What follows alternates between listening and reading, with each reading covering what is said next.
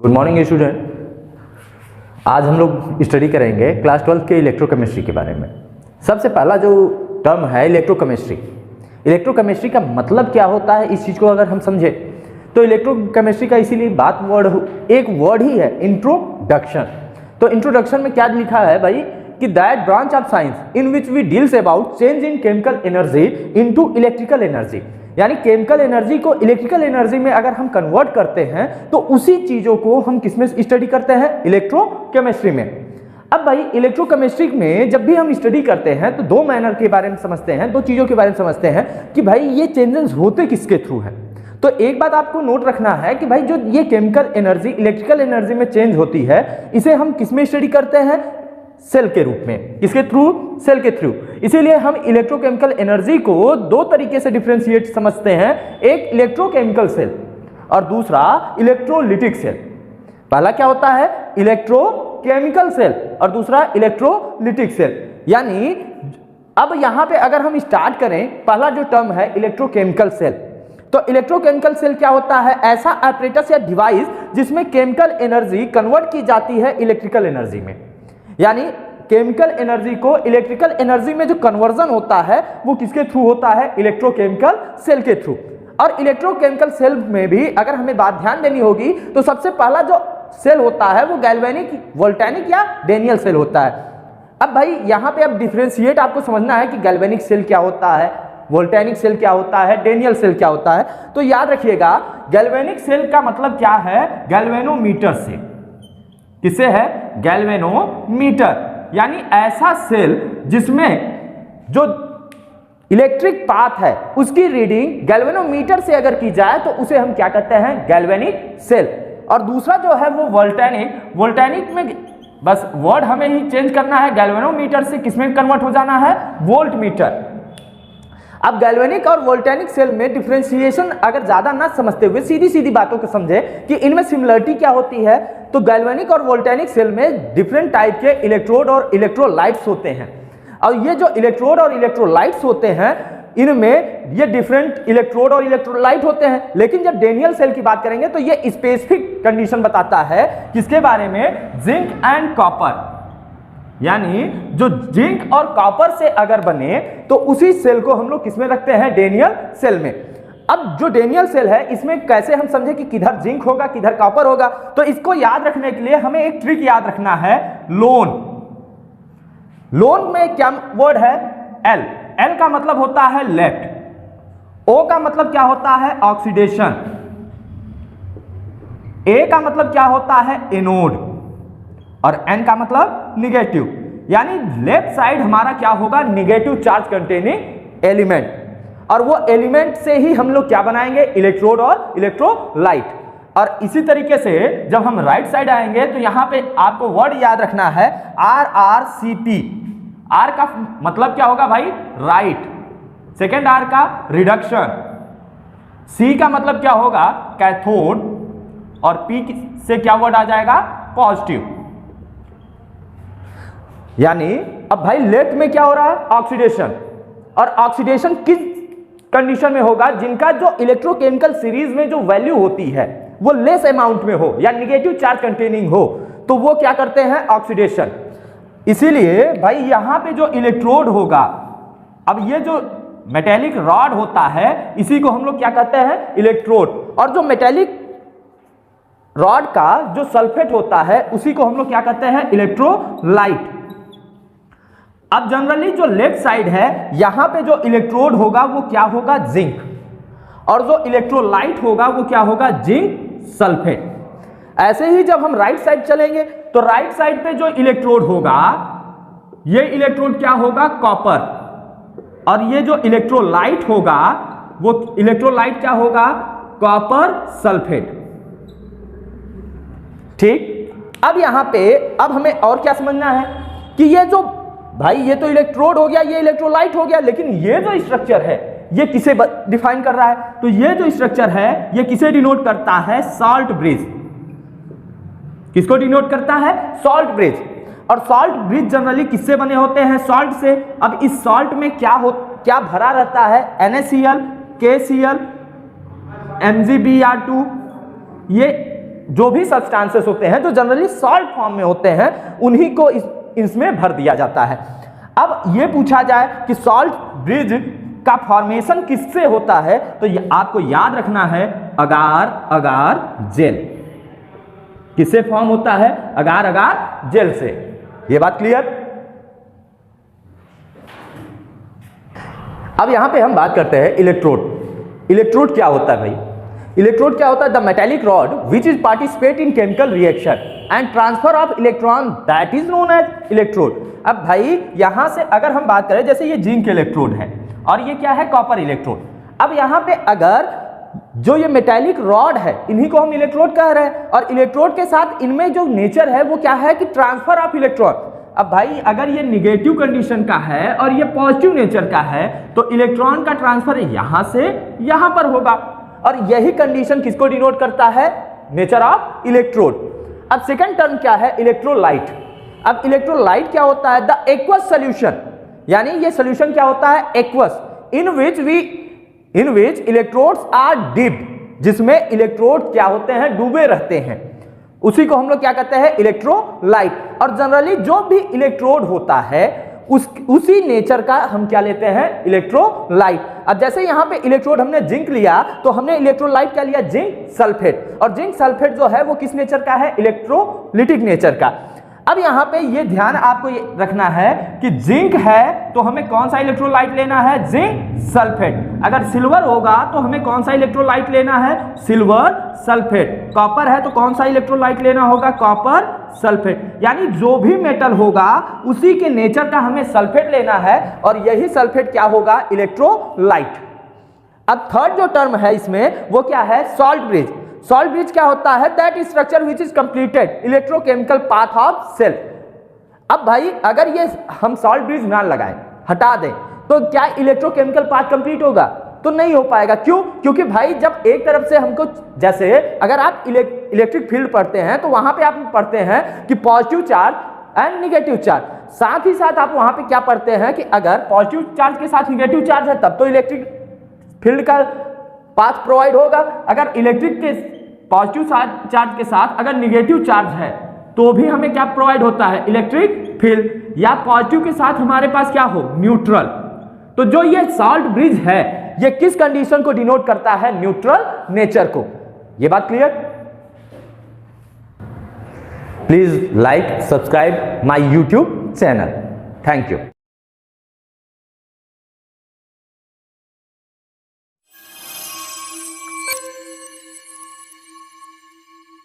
Welcome back our YouTube channel Chanakya classes Naini.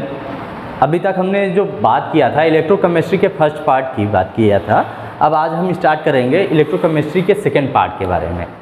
अभी तक हमने बात किया था इलेक्ट्रोकेमिस्ट्री में कि हम लोग कैसे डेनियल सेल को डिफाइन करते हैं।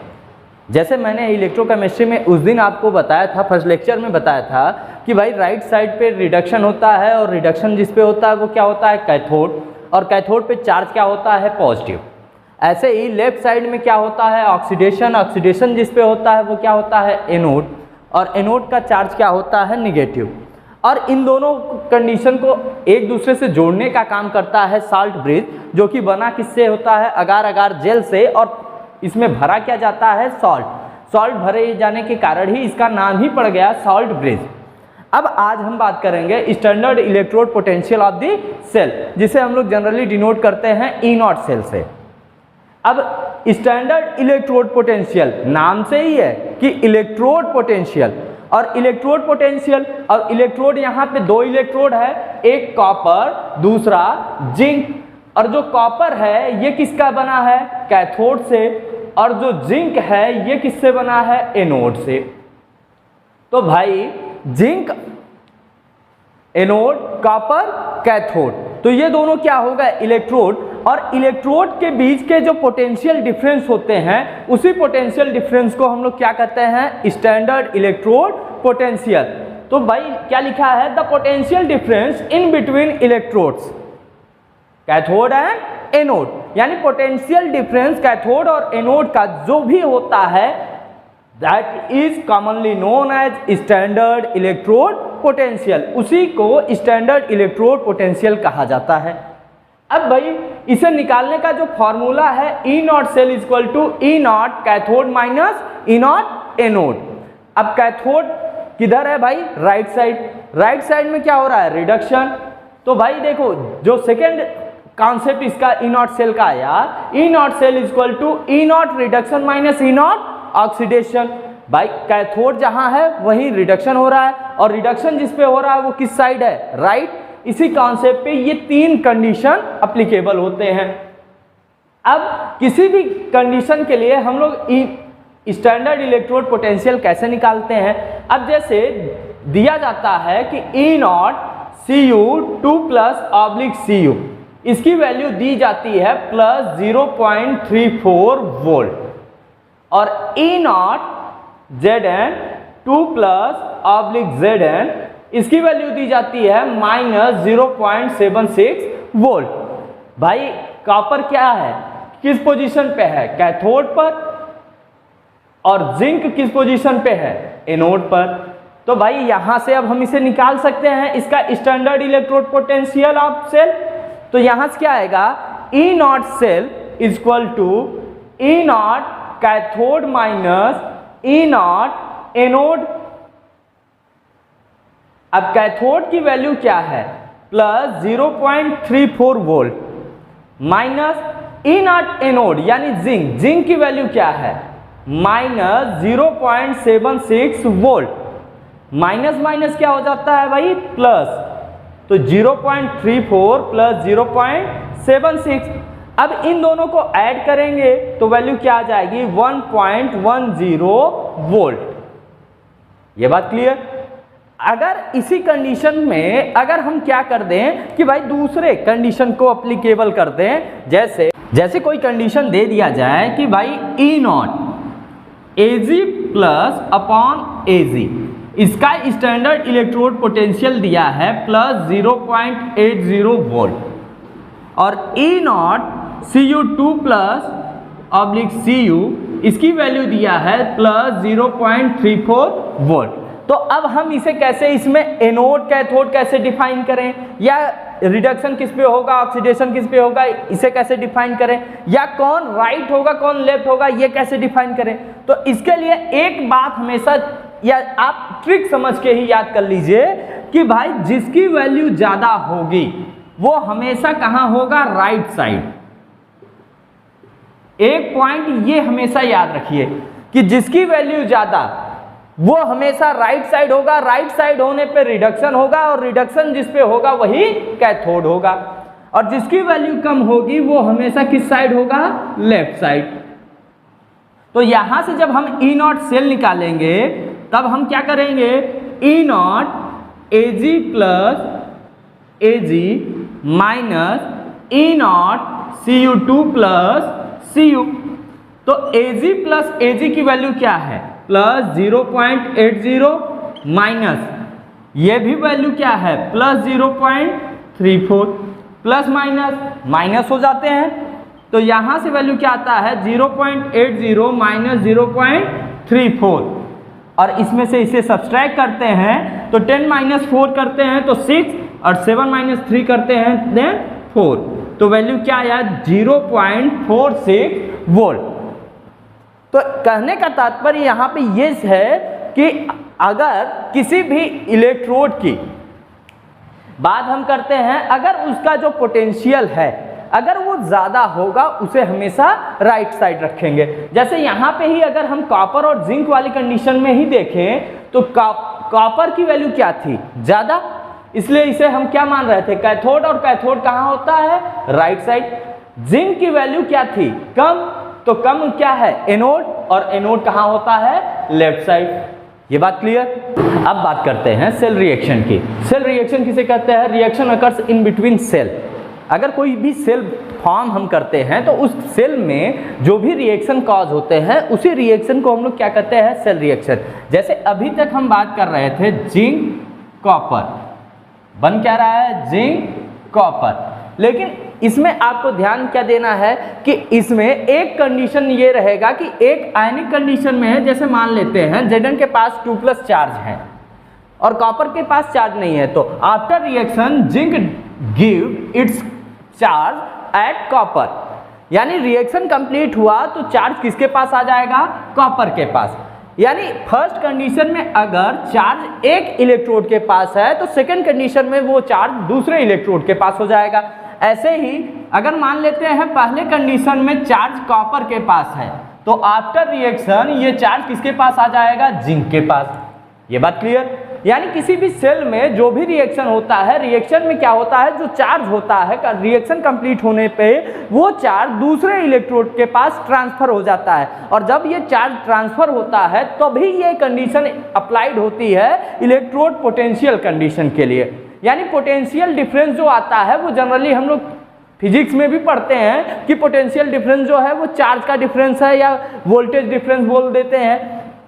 तो जो ये पोटेंशियल डिफरेंस है वो वोल्टेज डिफरेंस है, और वो वोल्टेज डिफरेंस किसकी वजह से आता है? Due to transfer of charge. अब यहाँ पे चार्ज के पहले अगर मान लेते हैं जिंक के पास है तो रिएक्शन कंप्लीट होने के बाद किसके पास आ जाएगा? कॉपर के पास।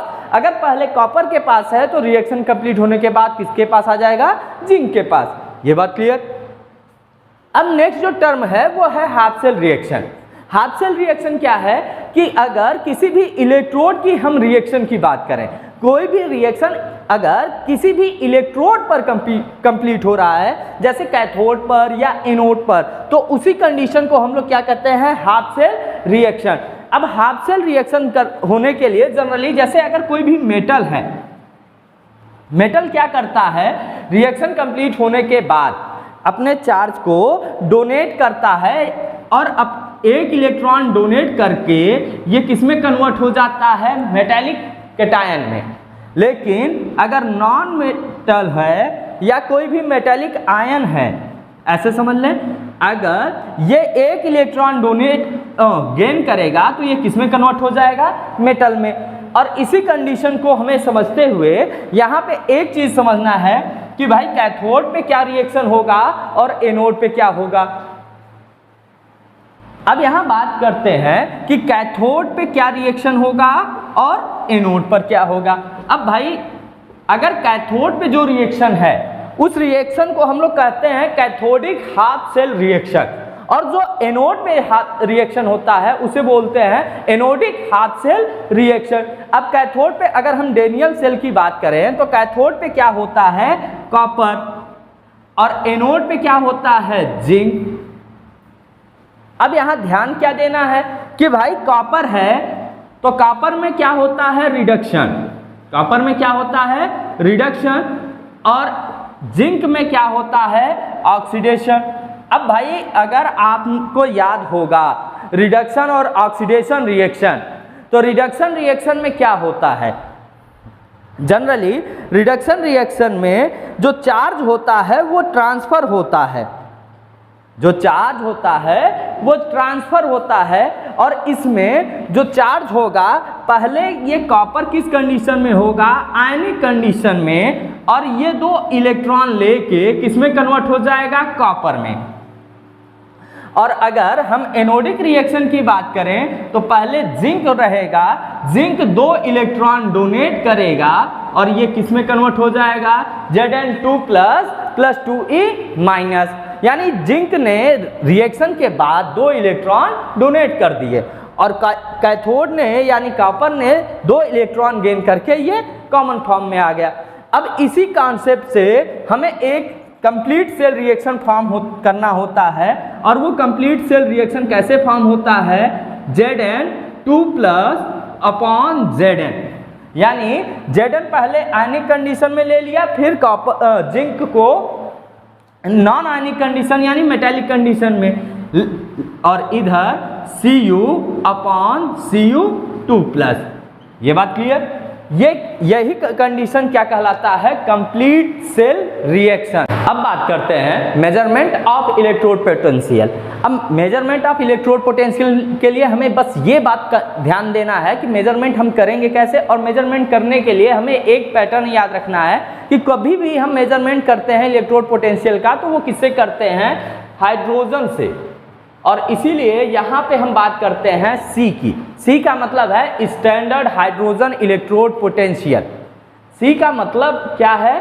स्टैंडर्ड हाइड्रोजन इलेक्ट्रोड, जो हाइड्रोजन होता है वो हमारे नेचर में या किसी भी कंडीशन में हम कर लें तो इसका जो इलेक्ट्रोड पोटेंशियल होता है वो होता है जीरो। वो क्या होता है? जीरो। अब इसको कैसे पता किया जाता है? तो इसके लिए एक एपरेटस बनाया जाता है जिसे हाइड्रोजन गैस एपरेटस कहते हैं या हाइड्रोजन सेल भी बोला जाता है। जो ये हाइड्रोजन सेल होता है इस हाइड्रोजन सेल में जो कंटेनर होता है, कंटेनर में सल्फ्यूरिक एसिड को लिया जाता है और उसके मिड पार्ट में हाइड्रोजन गैस को फिलअप किया जाता है विद प्लैटिनम रॉड। प्लैटिनम की जो रॉड होती है, इस रॉड के थ्रू जो चार्ज ट्रांसफर होता है उसे पॉसिबल कराया जाता है। अब जब भी हम इससे इलेक्ट्रोड पोटेंशियल मेजर करते हैं तो इसके लिए हम लोग क्या करते हैं कि या तो किसी एक कैथोड के इसके राइट या लेफ्ट साइड प्लेस करेंगे। अब भाई किसे हम राइट प्लेस करेंगे, किसे लेफ्ट प्लेस करेंगे, इसके लिए हमें ध्यान देना होता है कि हाइड्रोजन से अगर किसी का इलेक्ट्रोड पोटेंशियल ज़्यादा है तो उसे हम किधर प्लेस करते हैं? राइट। अगर इलेक्ट्रोड पोटेंशियल हाइड्रोजन से कम होता है तो उसे किधर प्लेस करते हैं? लेफ्ट। ये बात क्लियर? अब यहां ध्यान दीजिए, अब जैसे राइट साइड पे हम लोग क्या लेते थे? कॉपर।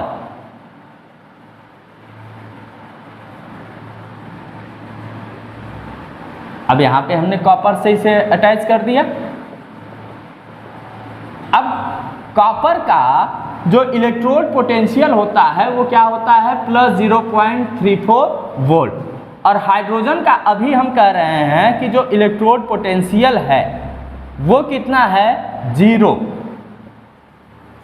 तो भाई अगर एक का प्लस है दूसरे का जीरो है, तब यहां से अगर हम इसका स्टैंडर्ड इलेक्ट्रोड पोटेंशियल निकालेंगे तो इस समय तो ये सेल फॉर्म हो रहा है भाई, एक कैथोड एक एनोड हो रहा है, तो इसलिए यहाँ पे ई नॉट सेल की बात करेंगे।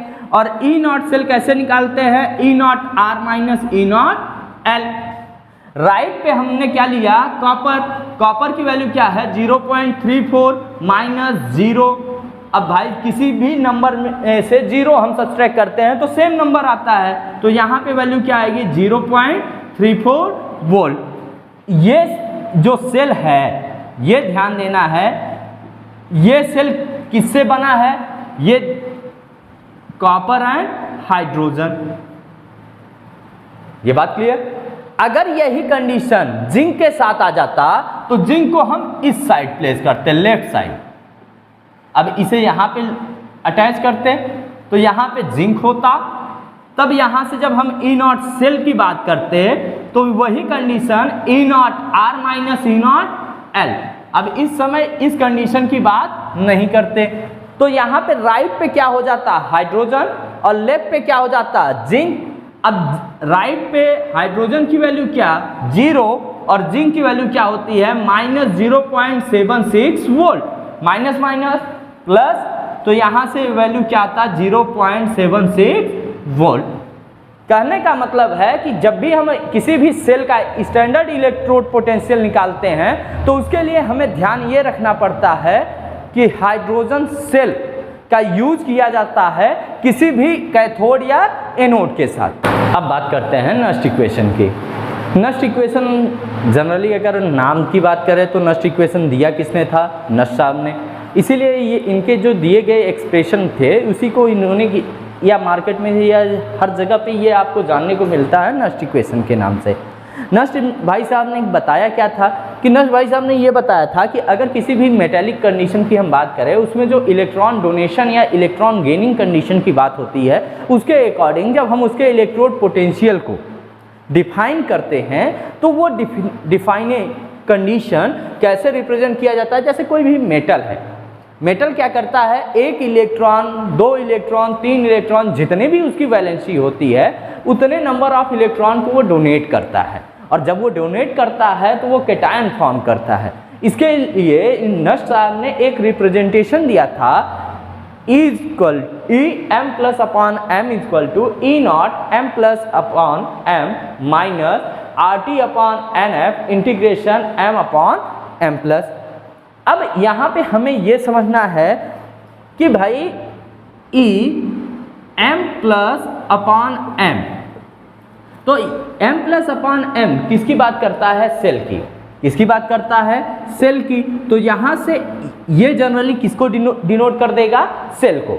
अभी आगे इसके बारे में अच्छे से चल रहे हैं, लेकिन यहाँ पे हमें ये समझना है कि ये डिनोशन क्यों इम्पॉर्टेंट है। क्योंकि भाई जो नस्ट इक्वेशन है, जनरली नस्ट इक्वेशन से हम लोग क्या डिफाइन करते हैं? EMF, electromotive force. और इलेक्ट्रोमोटिव फोर्स हम निकालेंगे कैसे? इसके लिए हमें ध्यान देना पड़ता है नस्ट इक्वेशन। हाँ, अब बात करते हैं कि भाई डेनियल सेल था। अब डेनियल सेल में हम नस्ट इक्वेशन के बारे में कैसे डिफाइन करेंगे? तो भाई अब डेनियल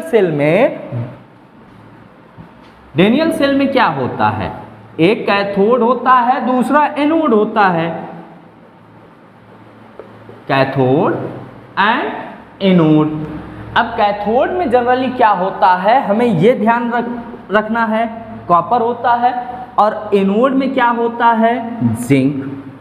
अब यहां से अगर हम इसके रिप्रेजेंटेशन के अकॉर्डिंग हम बात करें तो हम अब सबसे पहली बात करेंगे कैथोड पे। भाई कैथोड पर क्या होगा? On cathode the chemical reaction या रिप्रेजेंटेशन ऑफ नस्ट इक्वेशन, इसकी बात करते हैं। तो कैथोड पे रिप्रेजेंट करने के लिए बस पहले मेटेलिक कंडीशन की बात कर लें। तो यहां से क्या होगा? Cu2 plus 2E minus. ये मेटेलिक कंडीशन हो गया। अब इसका इस तरीके से हम रिप्रेजेंटेशन करेंगे, और ऐसे रिप्रेजेंटेशन करेंगे तब यहां से क्या बनेगा? Cu2 plus upon Cu equal to E नॉट Cu2 plus upon Cu minus RT upon NF integration Cu upon Cu2 plus. अब एक बात हमें ध्यान ये देना है कि मेटेलिक कंडीशन को अगर हम यूनिक कंडीशन मान लें, यानी अगर Cu इक्वल टू वैल्यू क्या मान लें? 1, तो जहां पे Cu है वहां पे ये वैल्यू लिख ले।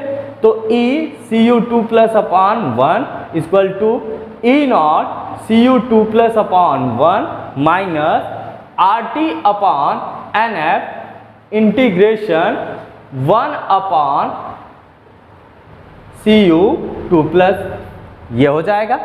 अगर इसे हम इक्वेशन फर्स्ट मान लें तो भाई एनोड पे भी तो सेम कंडीशन से हमको रिएक्शन समझना है। तो एनोड पे क्या है? जिंक है। जिंक के लिए अब हम डायरेक्ट इसी कंडीशन को अप्लाई कर लें या इस कंडीशन को, तो यहां से क्या होगा? E Zn2 plus upon Zn equal to E not Zn2 plus upon Zn minus RT upon NF integration of 1 upon Zn2 plus. ये इक्वेशन सेकेंड।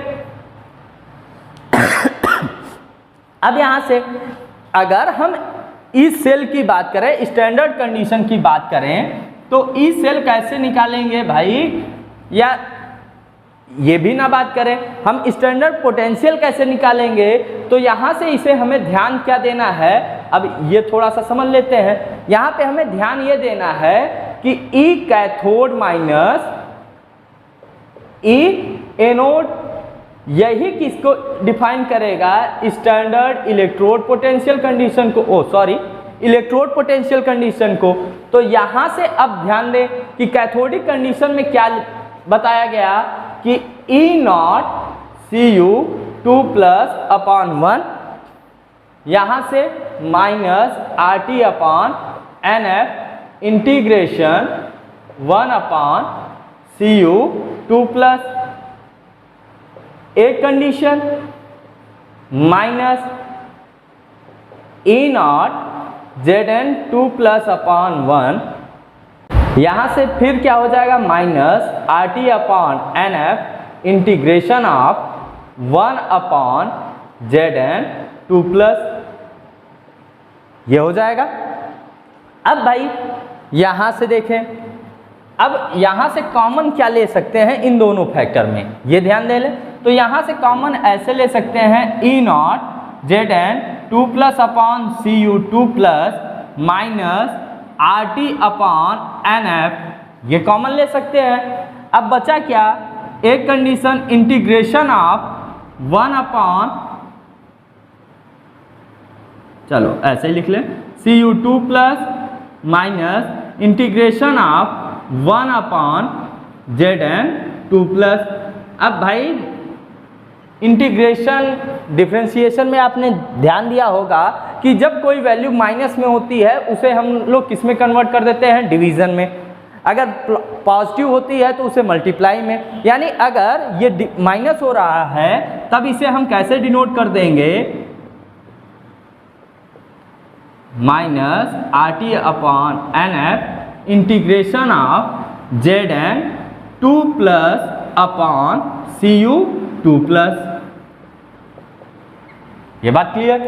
अब यहां से इस सेल की वैल्यू क्या आ रही है, Zn2 plus upon Cu2 plus equal to E0 Zn2 plus upon Cu2 plus minus RT upon NF integration of Zn2 plus upon Cu2 plus.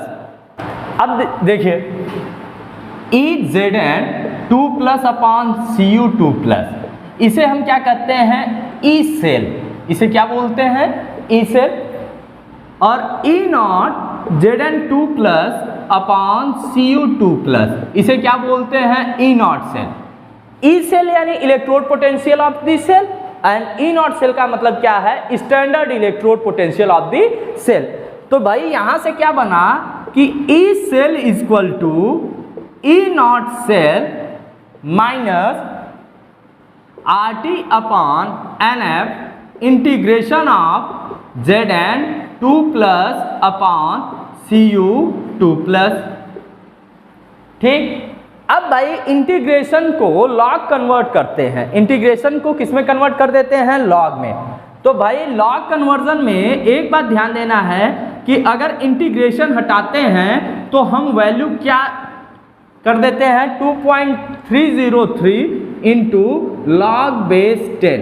Log का जो नेचुरल बेस है वो क्या होता है, 10। इंटीग्रेशन हटाने पर ये वैल्यू पुट कर देते हैं, तब क्या हो जाएगा भाई, E cell equal to E0 cell minus RT upon NF integration के प्लेस पे 2.303 into log base 10 Zn2 plus upon Cu2 plus.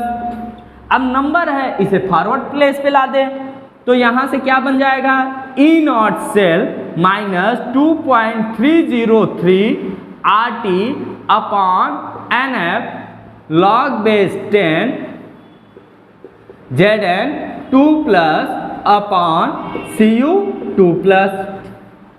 ये वैल्यू किसकी आएगी, ई सेल।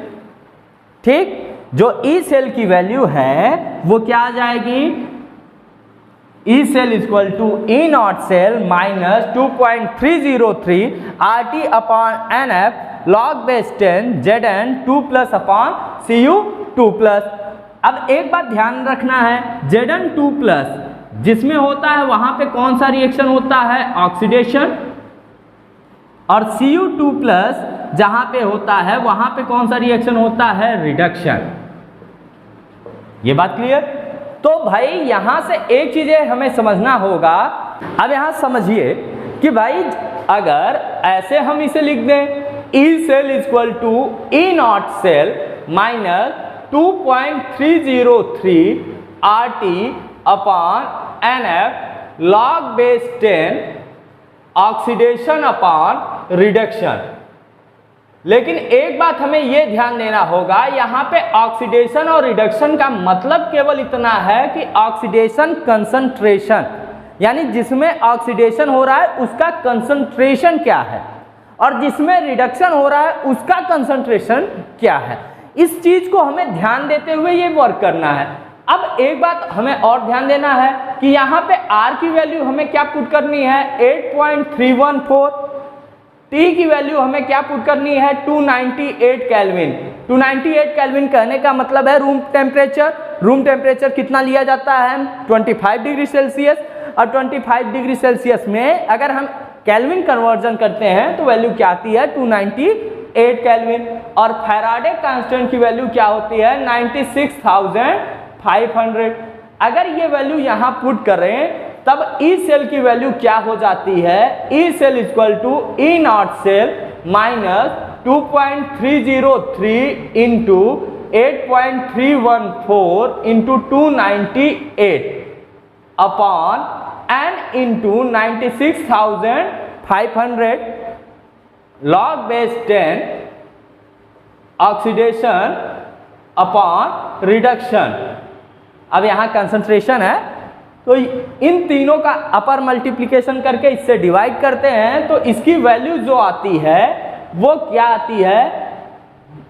ई naught cell minus 0.0591 upon N log base 10 oxidation upon reduction. ये value किसकी आई? E cell. ये बात क्लियर? यानी ई सेल इक्वल टू क्या होता है? E naught cell minus 0.0591 upon N log base 10 oxidation upon reduction.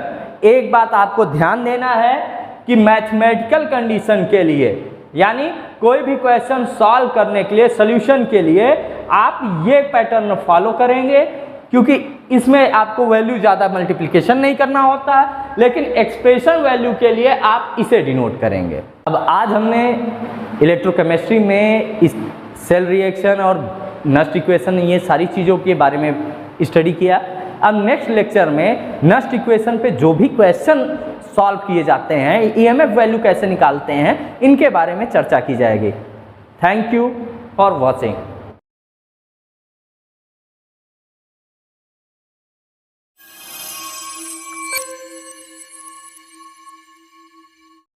और student, welcome back to our YouTube channel Chanakya classes Naini. अभी तक हमने इलेक्ट्रोकेमिस्ट्री में 2 पार्ट के बारे में बात किया। आज हम तीसरे पार्ट में चलते हैं। अभी तक हमने 2 पार्ट में जो बात किया था नस्ट इक्वेशन के बारे में, लास्ट टाइम हमने टॉपिक पे बात किया था। अब लास्ट टॉपिक जो था वो नस्ट इक्वेशन, और नस्ट इक्वेशन को दिया किसने था? नस्ट साहब ने। और उसमें उन्होंने बता दिया था कि भाई कि कैसे हम किसी भी सेल का ईएमएफ फाइंड करेंगे। अब ईएमएफ कहने का मतलब क्या है? ईएमएफ का मतलब होता है इलेक्ट्रोमोटिव फोर्स। अब इलेक्ट्रोमोटिव फोर्स हम निकालते कैसे हैं? इसके लिए इन्होंने क्या किया कि भाई इस पैटर्न को फॉलो किया। अब जैसे क्वेश्चन दिया गया है कि calculate EMF of the cell by Nernst equation. Nernst equation से हमें क्या निकालना है? ईएमएफ।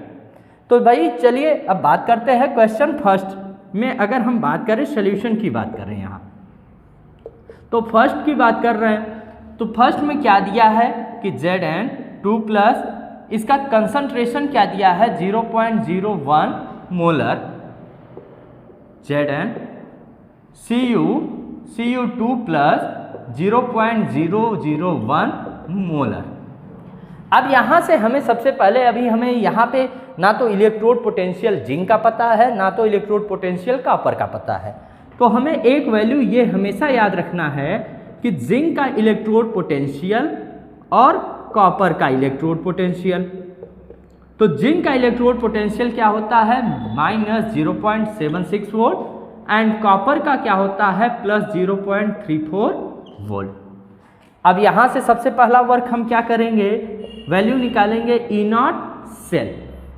अब ई नॉट सेल निकालेंगे तो ई नॉट सेल कैसे निकालते हैं? E naught R minus E naught L, यानी राइट माइनस लेफ्ट। अब राइट पे वैल्यू हम किसे लेते हैं? मैंने कई बार बताया कि जिसकी वैल्यू ज़्यादा होती है उसे हम राइट प्लेस पे लेते हैं, जिसकी वैल्यू कम होती है उसे लेफ्ट प्लेस पे।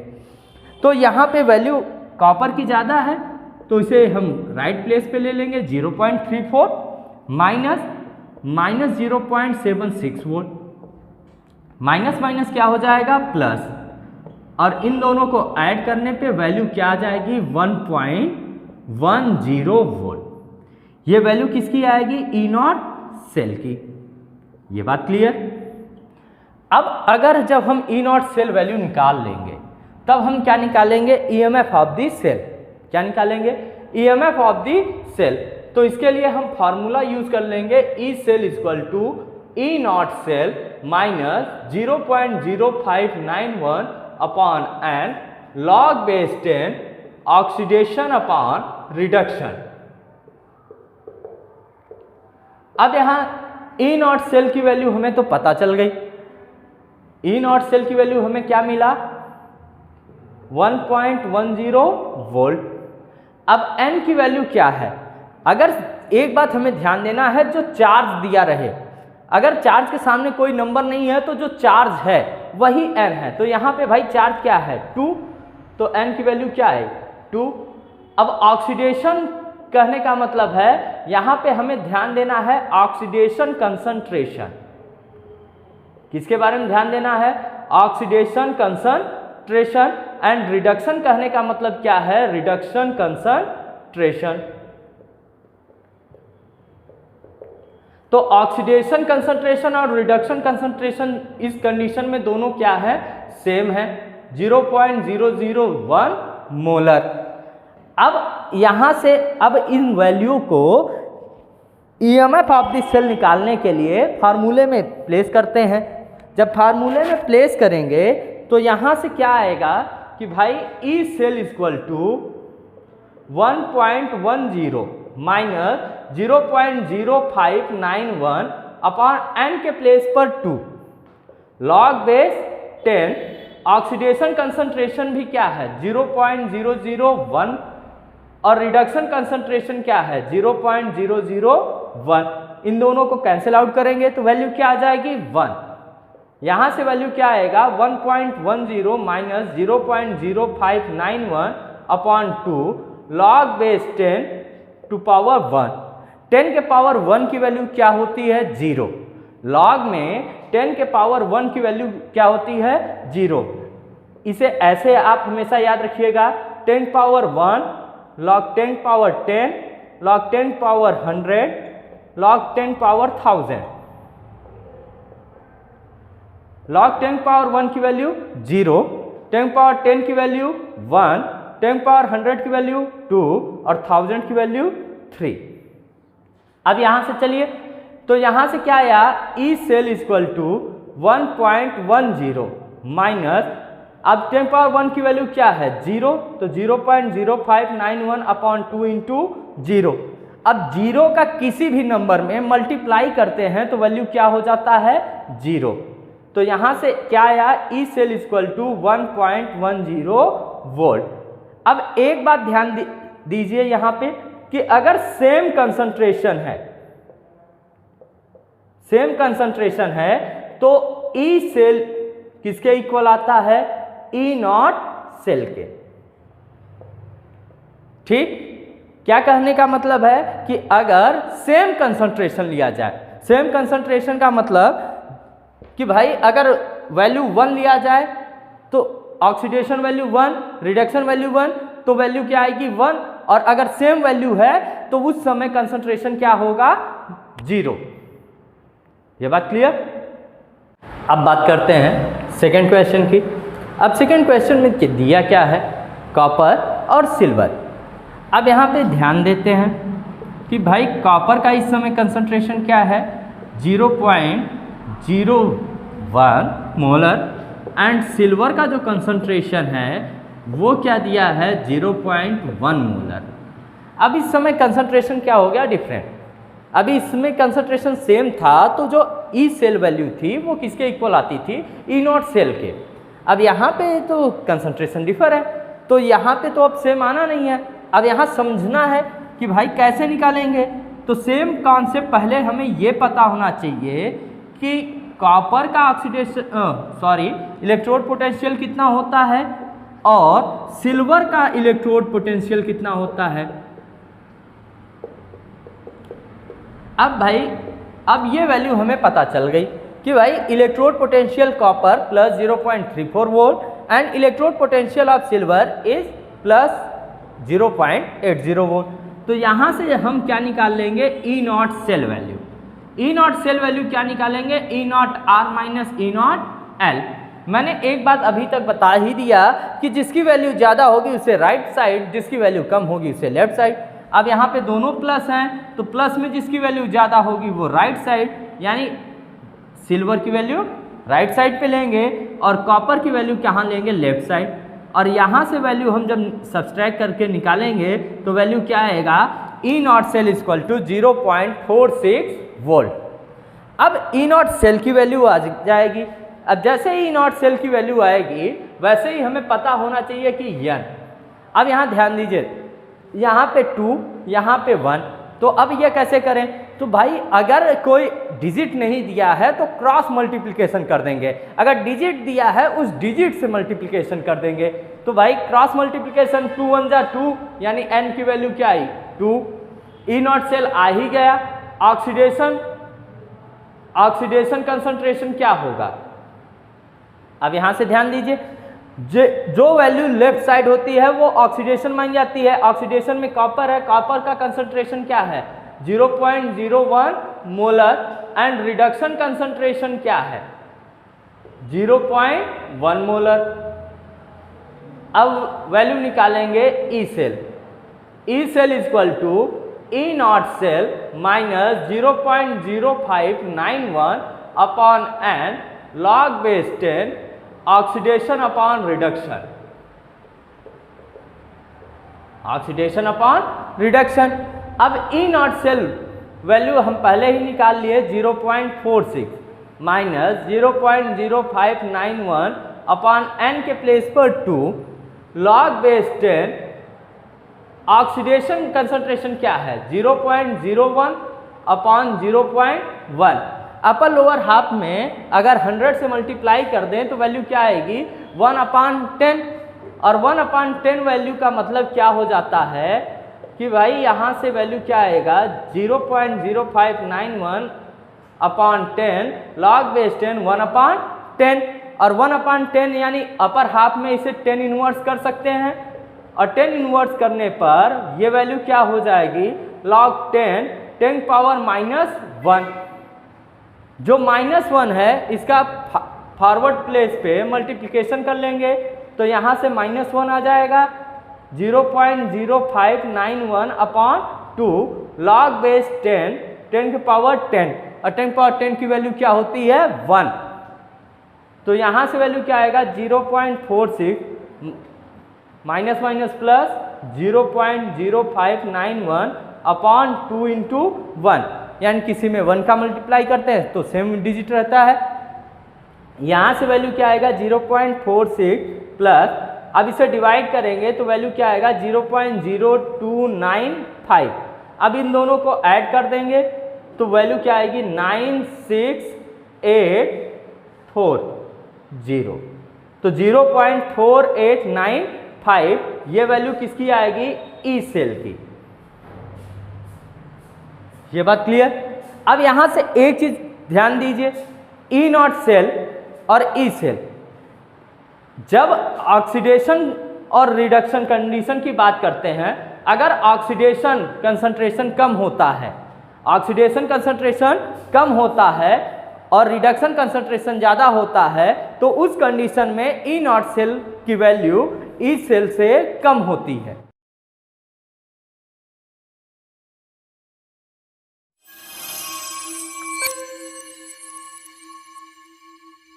बात करते हैं इक्विलिब्रियम कांस्टेंट की, जो कि हमें फाइंड करना है वैल्यू किससे, नस्ट इक्वेशन से।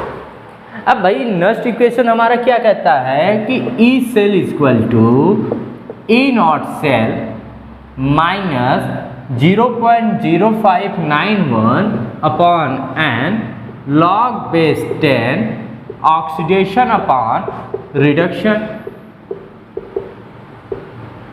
अब इस कंडीशन से हमें क्या निकालना है, इक्विलिब्रियम कांस्टेंट। अब इसके लिए हमें ध्यान ये देना है कि भाई इक्विलिब्रियम कांस्टेंट हम निकालेंगे कैसे, और इसके लिए हमें याद रखना पड़ेगा क्लास 11th का केमिकल इक्विलिब्रियम। वहाँ पे केमिकल इक्विलिब्रियम में आप पढ़ते हैं कि Kc इक्वल टू क्या होता है, oxidation upon reduction. Kc equal to क्या होता है, ऑक्सीडेशन अपॉन रिडक्शन। अब यहाँ से एक कंडीशन ये हमें पता चल गई कि भाई Kc equal to oxidation upon reduction. तो यहाँ से इस वैल्यू को इसमें पुट कर लें तो क्या होगा, E cell equal to E naught cell minus 0.0591 upon N log base 10, और ऑक्सीडेशन अपॉन रिडक्शन के प्लेस पे हम वैल्यू किसकी पुट कर सकते हैं, Kc की, तो log 10 Kc। अब यहाँ से हमें एक बात ध्यान देना है क्या, कि if the value of E cell is 0, value of E cell is 0, then क्या हो जाएगा भाई, 0 equal to E naught cell minus 0.0591 upon N log base 10 Kc। ये बात क्लियर, यानी कि अगर ई सेल की वैल्यू हम क्या रख दें 0, तो वैल्यू क्या हो जाएगा, 0 equal to E naught cell minus 0.0591 upon N log base 10 Kc। अब यहां से देखिए ये वैल्यू माइनस है और यहाँ पे 0, तो माइनस को इस साइड लाएंगे तो माइनस किस में कन्वर्ट हो जाएगा, प्लस में। तो यहाँ से वैल्यू क्या आ जाएगा कि E naught cell equal to 0.0591 upon N log base 10 Kc। ये बात क्लियर।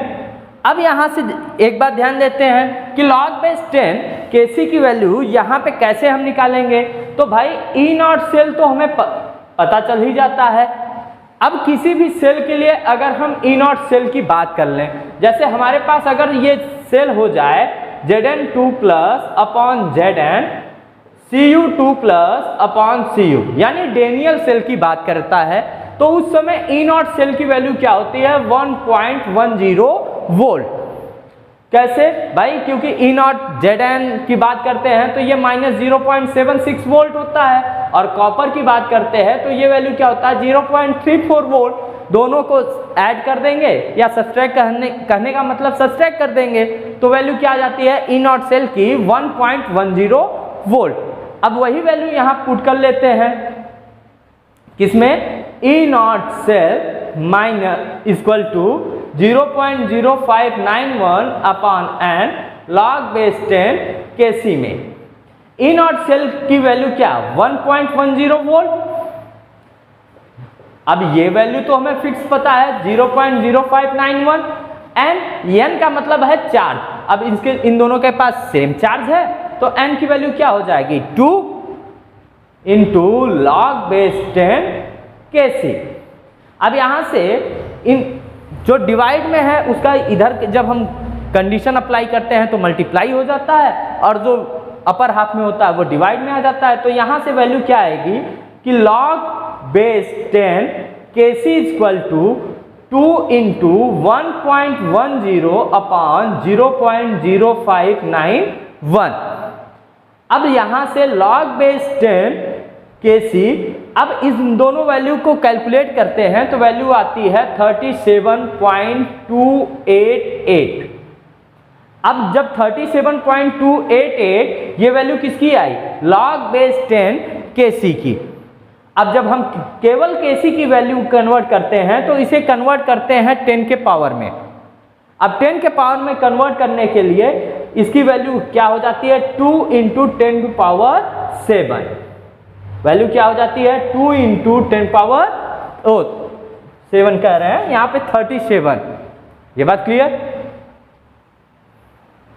तो यहां से एक चीज हमें ये फाइंड करना होता है, इक्विलिब्रियम कांस्टेंट किससे, नस्ट इक्वेशन से। अगर हम एक बात ध्यान रख लें, अगर हमें नस्ट इक्वेशन पता है तो उससे हम क्या निकाल लेंगे, equilibrium constant.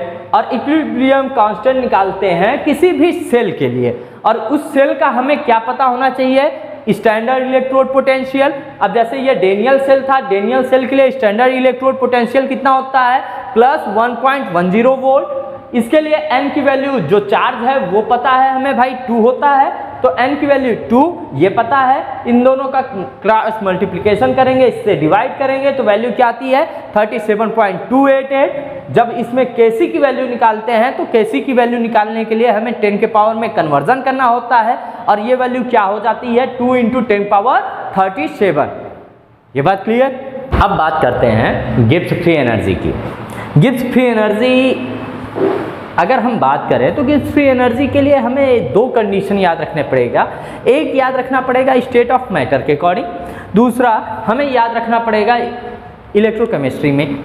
State of matter में हमने जब भी गिब्स फ्री एनर्जी के बारे में बात किया है तो वहाँ पे हम बात करते हैं delta R G equal to delta H minus T delta S, जहाँ पे एंट्रोपी और एंथैल्पी के चेंज ऑफ डिफरेंस की बात करते हैं। सेम वही कंडीशन यहाँ पे बात करनी है, बट यहाँ पे हमें चार्ज के अकॉर्डिंग बात करना है। और चार्ज के अकॉर्डिंग जब हम बात करते हैं तब इसके लिए कि यहाँ पे हमें क्या समझना है कि जो गिब्स फ्री एनर्जी है वो क्या होता है, after transfer of charge that energy which is occupied for work done, यानी चार्ज के ट्रांसफर होने के बाद जो एनर्जी बच जाए जो कि किसी भी कार्य को करने में हेल्प करे, तो उसी एनर्जी को हम लोग क्या कहते हैं, गिब्स फ्री एनर्जी। यानी फ्री कहने का मतलब है कि फ्री हो गया। कब फ्री हो गया भाई, ट्रांसफर ऑफ चार्ज से हो गया। अब जब चार्ज ट्रांसफर हो गया उसके बाद जो एनर्जी बच गई उसी एनर्जी को क्या कहा जाता है, गिब्स फ्री एनर्जी। और गिब्स फ्री एनर्जी जो जनरली है, यहाँ पे हमें गिब्स फ्री एनर्जी किसके अकॉर्डिंग निकालना है, किसी भी सेल के कंडीशन में।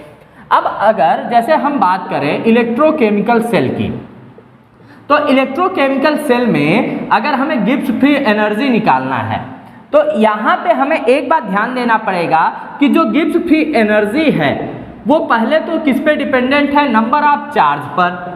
किस पे डिपेंडेंट है, नंबर ऑफ चार्ज। और किस पे डिपेंडेंट है, फैराडे कांस्टेंट। और किस पे डिपेंडेंट है, फैराडे कांस्टेंट। और किस पे डिपेंडेंट होता है, स्टैंडर्ड इलेक्ट्रोड पोटेंशियल। किस पे डिपेंडेंट होता है, स्टैंडर्ड इलेक्ट्रोड पोटेंशियल। कहने का मतलब क्या है कि अब यहां से अगर हम एक बात समझें तो भाई Gibbs free energy, Gibbs free energy ये डिपेंडेंट होता है number of charge. Number of charge यानी m, फैराडे कांस्टेंट यानी F, और standard electrode potential of the cell किसे डिनोट करते हैं, E नॉट सेल से। तो यहां से इस कंडीशन को फॉलो करते हुए एक फॉर्मूले को हम फॉर्म करते हैं, delta R G equal to minus N F E naught cell. एक बात हमें हमेशा ध्यान रखनी है, किसी भी इलेक्ट्रोकेमिकल सेल के लिए जो गिब्स फ्री एनर्जी होती है वो हमेशा नेगेटिव होती है। इसका सीधा सा एक कॉन्सेप्ट ये याद रख लीजिए कि इलेक्ट्रोकेमिकल सेल में Gibbs free energy always negative in nature. ये बात क्लियर।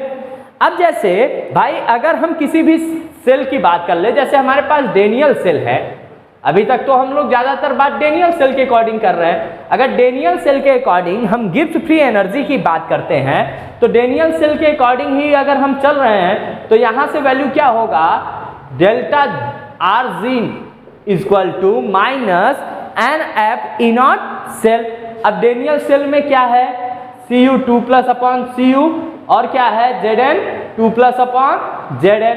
इससे जब हम ई नॉट सेल की वैल्यू निकालते हैं, कई टाइम हम लोग इसको निकाल चुके हैं, इसकी वैल्यू क्या आती है वो प्लस 1.10 वोल्ट। अब यहां से n की वैल्यू हमें पहले से ही पता है कितनी होती है 2, और F फैराडे कांस्टेंट इसकी वैल्यू हमेशा हमें याद रखना है क्या, 96,500। अब इस वैल्यू को इसमें पुट कर दें तो यहां से क्या आएगा, delta R G equal to minus N के प्लेस पर 2, F के प्लेस पे 96,500 और ई नॉट सेल के प्लेस पे 1.10। अब यहां से इसका मल्टीप्लिकेशन करेंगे तो वैल्यू क्या आएगी, अब आफ्टर कैलकुलेशन करने के बाद ये वैल्यू क्या आ जाती है, -212,300 जूल। अब जूल को किलो जूल में कन्वर्ट करते हैं तो 1000 से डिवाइड कर देते हैं। 1000 से डिवाइड करने के बाद ये वैल्यू क्या आ जाती है, -212.300 किलो जूल। अब अगर हम बात करें गिब्स फ्री एनर्जी की, तो गिब्स फ्री एनर्जी किसे डिनोट करता है, द चार्ज ट्रांसफर के बारे में। चार्ज ट्रांसफर के बाद जो एनर्जी लेफ्ट बच जाती है किसी भी इलेक्ट्रोकेमिकल सेल में, उसके बारे में बात करता है। और ये एनर्जी रिस्पॉन्सिबल होता है कि जब चार्ज ट्रांसफर हो जाए तो उसके बाद जो वर्क हो रहा है उसके लिए।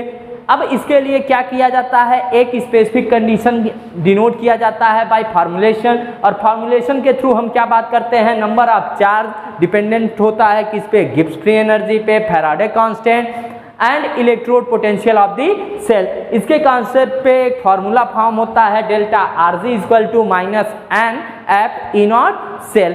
अब इसी कंडीशन को हम अगर डेनियल सेल में अप्लाई करते हैं तो यहाँ डेनियल सेल में इलेक्ट्रोड क्या होते हैं, कॉपर एंड जिंक। कॉपर का इलेक्ट्रोड पोटेंशियल क्या होता है, प्लस 0.34 वोल्ट एंड जिंक का इलेक्ट्रोड पोटेंशियल होता है माइनस 0.76 वोल्ट। इन दो कॉपर में से जिंक को सब्ट्रैक्ट करने पर वैल्यू क्या आ जाती है, प्लस 1.10 वोल्ट। अब एन की वैल्यू 2, एफ की वैल्यू 96,500 लेने पर जो टोटल वैल्यू आती है वो कितनी आती है, 2,12,300 जूल। और इसे किलो जूल में कन्वर्ट करते हैं तो ये वैल्यू क्या हो जाता है, 212.3 किलो जूल।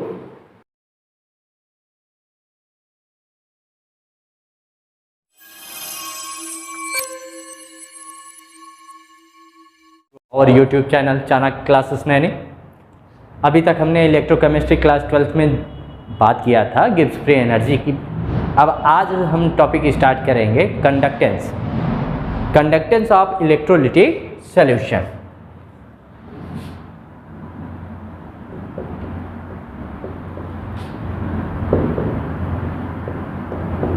Electrolytic solution.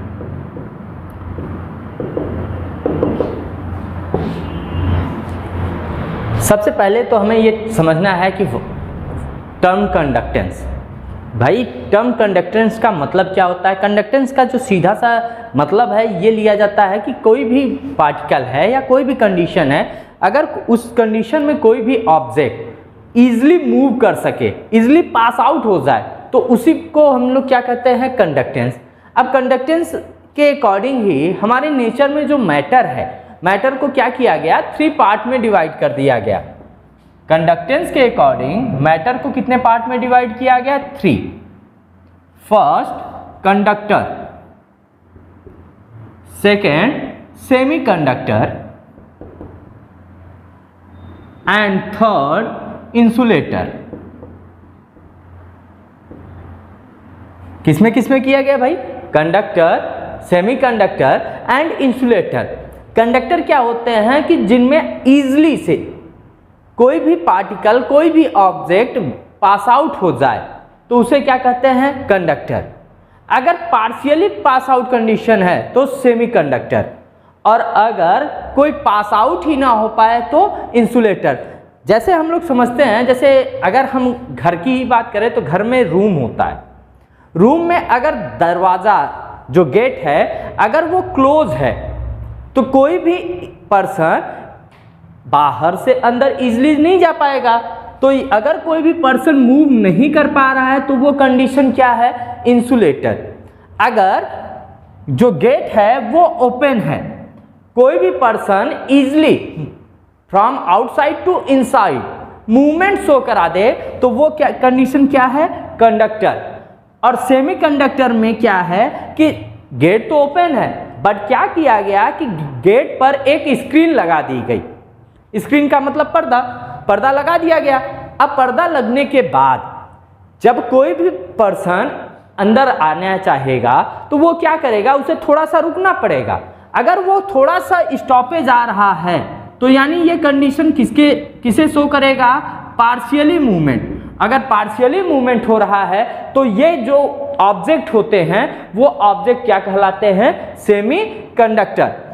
एक बात हमें ये ध्यान रखना है, हमारे नेचर में जितने भी मेटल होते हैं वो क्या होते हैं, ज़्यादातर कंडक्टर होते हैं।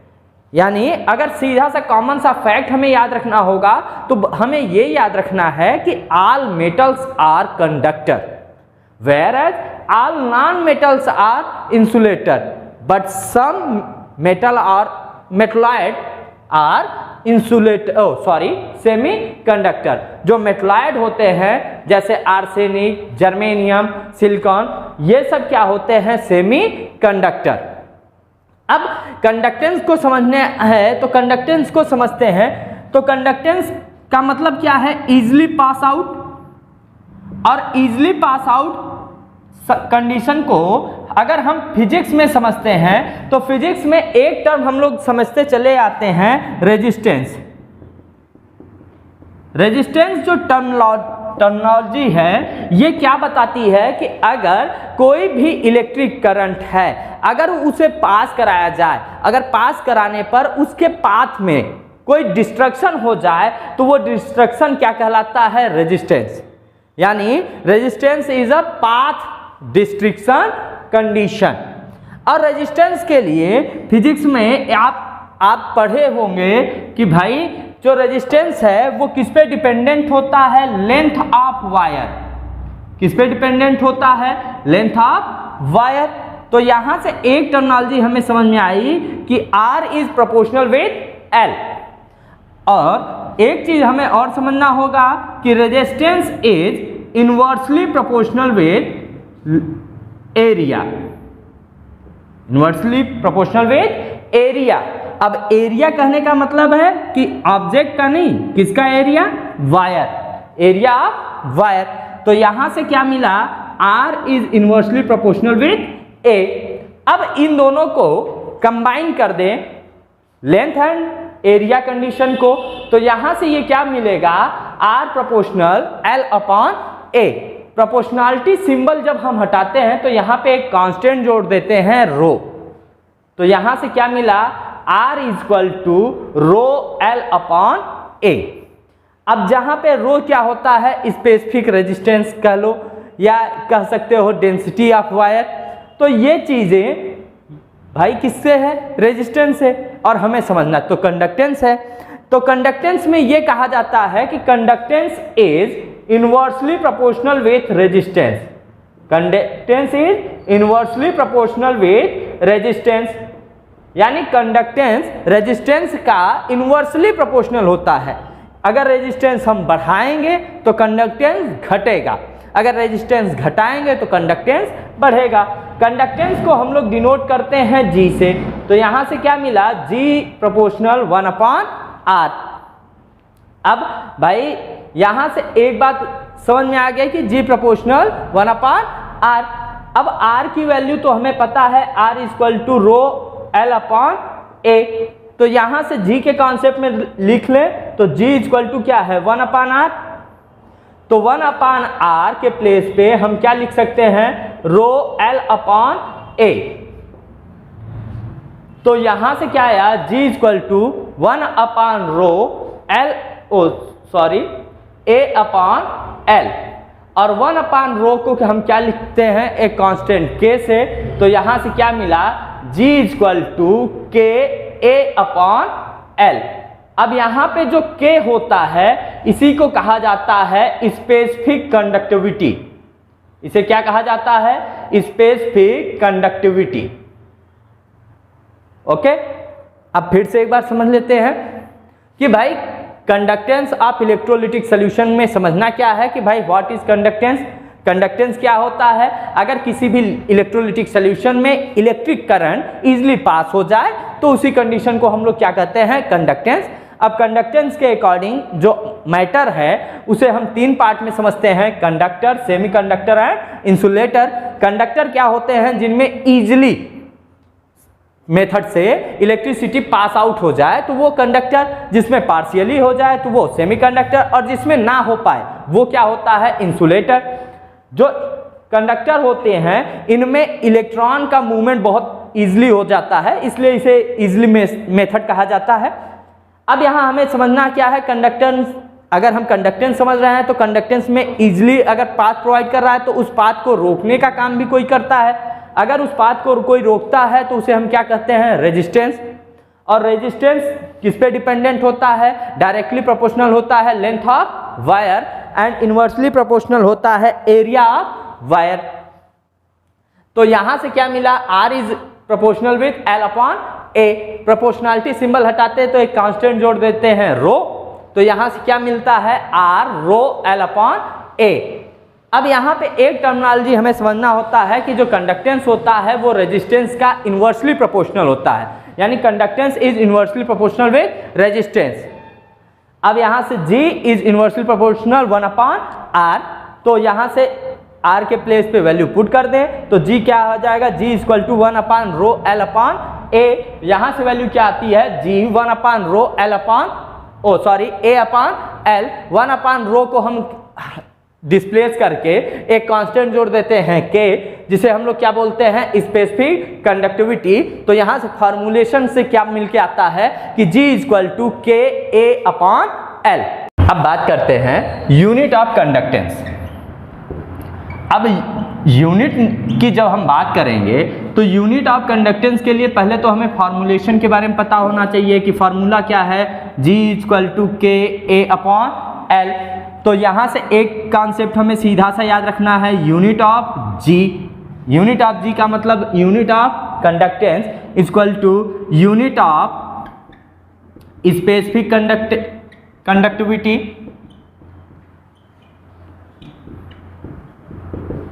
इनटू यूनिट ऑफ एरिया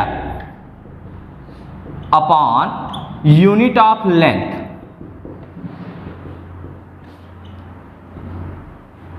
अब इस यूनिट ऑफ स्पेसिफिक कंडक्टिविटी क्या होती है, साइमेन। क्या होती है, साइमेन। यूनिट ऑफ एरिया क्या होता है, मीटर स्क्वायर। क्या होता है, metre square. And unit of length क्या होता है, मीटर। तो स्क्वायर से ये मीटर कैंसिल आउट हो जाएगा, तो यहां से मिला क्या, साइमेन मीटर। साइमेन मीटर। अब साइमेन को S से डिनोट कर दें, मीटर को M से, तो यूनिट ऑफ G क्या आता है, साइमेन मीटर। ये बात क्लियर। यानी यूनिट अगर हमको निकालना होता है तो यूनिट में हमें सबसे पहले फॉर्मूलेशन के बारे में पता होना चाहिए। फॉर्मूलेशन में किसका क्या यूनिट होगा इसके बारे में पता होना चाहिए। इससे हम क्या निकाल लेते हैं, यूनिट ऑफ कंडक्टेंस। अब यहाँ पे हमें थोड़ी सी एक बात करनी है मेटेलिक कंडक्टेंस की। तो मेटेलिक कंडक्टेंस कहने का मतलब क्या है कि ऐसा कंडक्टेंस जो मेटल में प्रोवाइड हो। अब बात करते हैं इलेक्ट्रिकल कंडक्टेंस की। किसकी बात करते हैं, इलेक्ट्रिकल कंडक्टेंस। और अगर इलेक्ट्रिकल कंडक्टेंस की हम बात करते हैं तो इलेक्ट्रिकल कंडक्टेंस जनरली किसमें प्रोवाइड कराया जाता है, मेटल्स में। और मेटल्स में प्रोवाइड कराया जाता है, इसीलिए इलेक्ट्रिकल कंडक्टेंस को और क्या कहा जाता है, मेटेलिक कंडक्टेंस। और इसका जो सेकेंड नेमिंग है वो क्या है, इलेक्ट्रॉनिक कंडक्टेंस।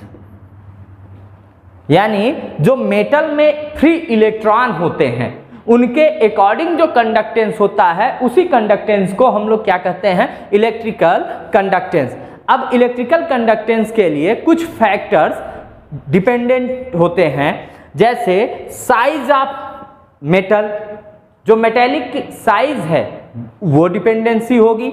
और क्या होगा, नंबर ऑफ वैलेंस इलेक्ट्रॉन, जो वैलेंस इलेक्ट्रॉन हैं उनके नंबर भी डिपेंडेंट होते हैं। भाई जितने ज़्यादा नंबर ऑफ वैलेंस इलेक्ट्रॉन होंगे उतनी ही ज़्यादा इलेक्ट्रिसिटी प्रोवाइड होगी, और जितनी इलेक्ट्रिसिटी प्रोवाइड होगी उतना ही वो कंडक्टेंस शो कराएगा। टेम्परेचर तो हमें ये नेचुरल थिंग याद रखना है कि जो टेम्परेचर होता है किसी भी कंडीशन में जनरली ये इंक्रीजमेंट का वर्क कराता है। अब अगर टेम्परेचर है तो टेम्परेचर इंक्रीज कराएंगे तो इलेक्ट्रिकल कंडक्टेंस बढ़ेगा। तक हमने बात किया इलेक्ट्रिकल कंडक्टेंस की। अब बात करेंगे इलेक्ट्रोलिटिक कंडक्टेंस की। जो इलेक्ट्रिकल कंडक्टेंस है, पहले तो हमें यह बात पता होनी चाहिए, जो इलेक्ट्रिकल कंडक्टेंस है वो किस पे डिपेंडेंट होता है, फ्री इलेक्ट्रॉन पर। यानी जो फ्री इलेक्ट्रॉन्स होते हैं इनकी वजह से क्या पॉसिबल होता है, इलेक्ट्रिकल कंडक्टेंस। अब लेकिन जो इलेक्ट्रोलिटिक कंडक्टेंस होता है वो किस पे डिपेंडेंट होता है, आयंस पर। यानी किसी भी इलेक्ट्रोलाइट में जितने भी फ्री आयंस होंगे वही आयंस रिस्पॉन्सिबल होंगे इलेक्ट्रोलिटिक कंडक्टेंस के लिए। अब इलेक्ट्रोलिटिक कंडक्टेंस के लिए भी कुछ फैक्टर्स होते हैं जो इसेंशियल होते हैं कि भाई ये कंडक्टिविटी कॉज कराया जा सके। इसमें जो फर्स्ट फैक्टर होता है वो क्या होता है, number of added of ions या size of ions.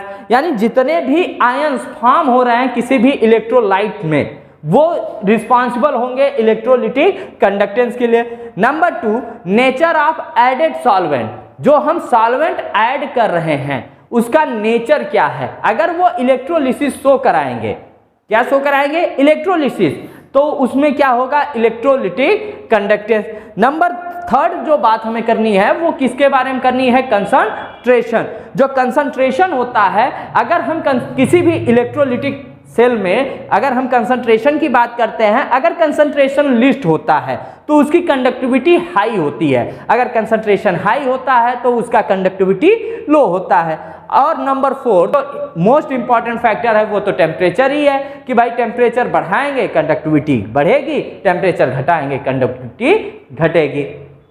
Okay, thank you for watching our YouTube channel.